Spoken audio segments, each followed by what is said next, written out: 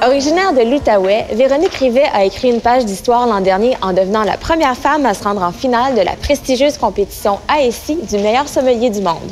Forte de sa deuxième place, elle vise maintenant un nouvel objectif, ouvrir son propre bar à vin. Ruby rencontre la meilleure sommelière.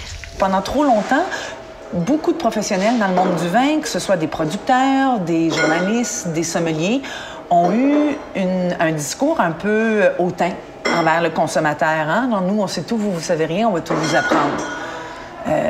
Ça m'énerve pas mal. Oui. Ça. Et puis, je pense que les consommateurs sont en train de réaliser aussi que, hey, attends une minute, on n'est pas des imbéciles, on est capable d'exprimer notre opinion, de dire ce qu'on aime.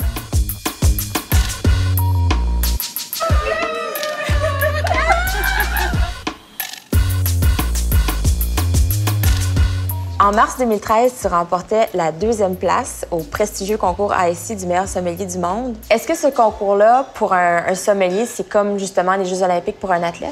Complètement. Je fais toujours la comparaison entre les concours de sommellerie et puis les Olympiques, par exemple, parce que c'est toute une vie de préparation. C'est un moment photographique, hein? Une compétition, je dis souvent, le plus grand athlète du monde peut se casser la gueule pendant une course. Mais c'est des années et des années et des années de travail qu'il y a derrière ça.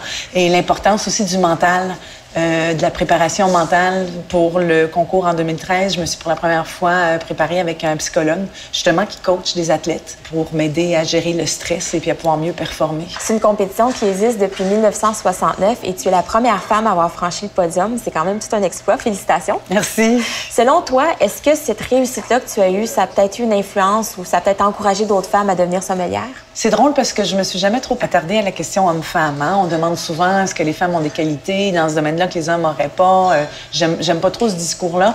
Et oui, des femmes de partout dans le monde me disent constamment à quel point ça les a inspirées, que ça les a encouragées à continuer à essayer de frayer leur chemin dans un domaine qui, dans certains pays, est encore pas mal plus réservé aux hommes.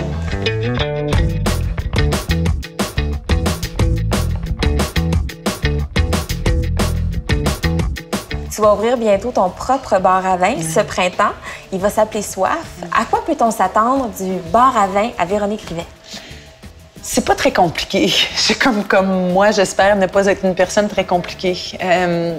C'est un endroit, évidemment, où il va y avoir un focus sur le vin, mais accompagné de nourriture, parce que pour moi, les deux vont main dans la main. Absolument. Malgré que ce soit appelé un bar à vin, il y a une pleine cuisine. Ça fait partie de ton bagage de connaissances, aussi la gastronomie. Tout à fait. Un sommelier, hein, c'est une grosse partie de notre métier, c'est les accords, mets et vins. Mais je suis une grande fan de la simplicité dans la façon d'en parler et dans ce qui est bon dans le vin ou la gastronomie. J'ai appris assez vite que les bonnes choses étaient souvent des choses très simples. Hein? On dit souvent de la cuisine italienne, par exemple, là, que les meilleures recettes italiennes n'ont pas plus de 3 ingrédients, hein, si on oublie les condiments de base. Oui. Avec le vin, c'est pareil. Si on a quelqu'un de passionné, un vigneron passionné, qui fait du bon travail dans le vignoble, qui chouchoute ses vignes, hein, qui prend vraiment soin de ses raisins, après ça, le moins on joue avec, le meilleur sera le vin. On me demandait souvent, c'est quoi le concept de ton bar à vin? Je concept, parce qu'il y a toutes sortes de concepts aujourd'hui qui se font. C'est pas compliqué. J'ai du bon vin, de la bonne bouffe et du très bon service à la clientèle. C'est pas plus compliqué que ça. J'imagine que c'est un beau défi pour toi aussi d'ouvrir ton propre bar à vin. Pas évident de bâtir une carte à vin quand on est sommelière. On a plusieurs options. C'est un exercice toujours de devoir se restreindre. Hein? Sinon, on ferait des cartes de vin de 500 pages. Mais encore une fois, je veux que ça devienne un lieu où on va pouvoir échanger puis apprendre, réseauter sur le vin. Il y a beaucoup de vignerons qui vont venir pour faire des événements, des repas de vignerons. On va donner des ateliers de formation.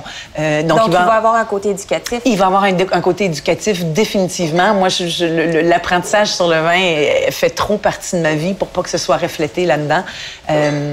Et donc, un lieu convivial, simple, sans chichi. Avec une bonne sélection de mousseux, peut-être? Ah oui, ça va être difficile d'y échapper. Okay. Véronique, merci beaucoup. Merci.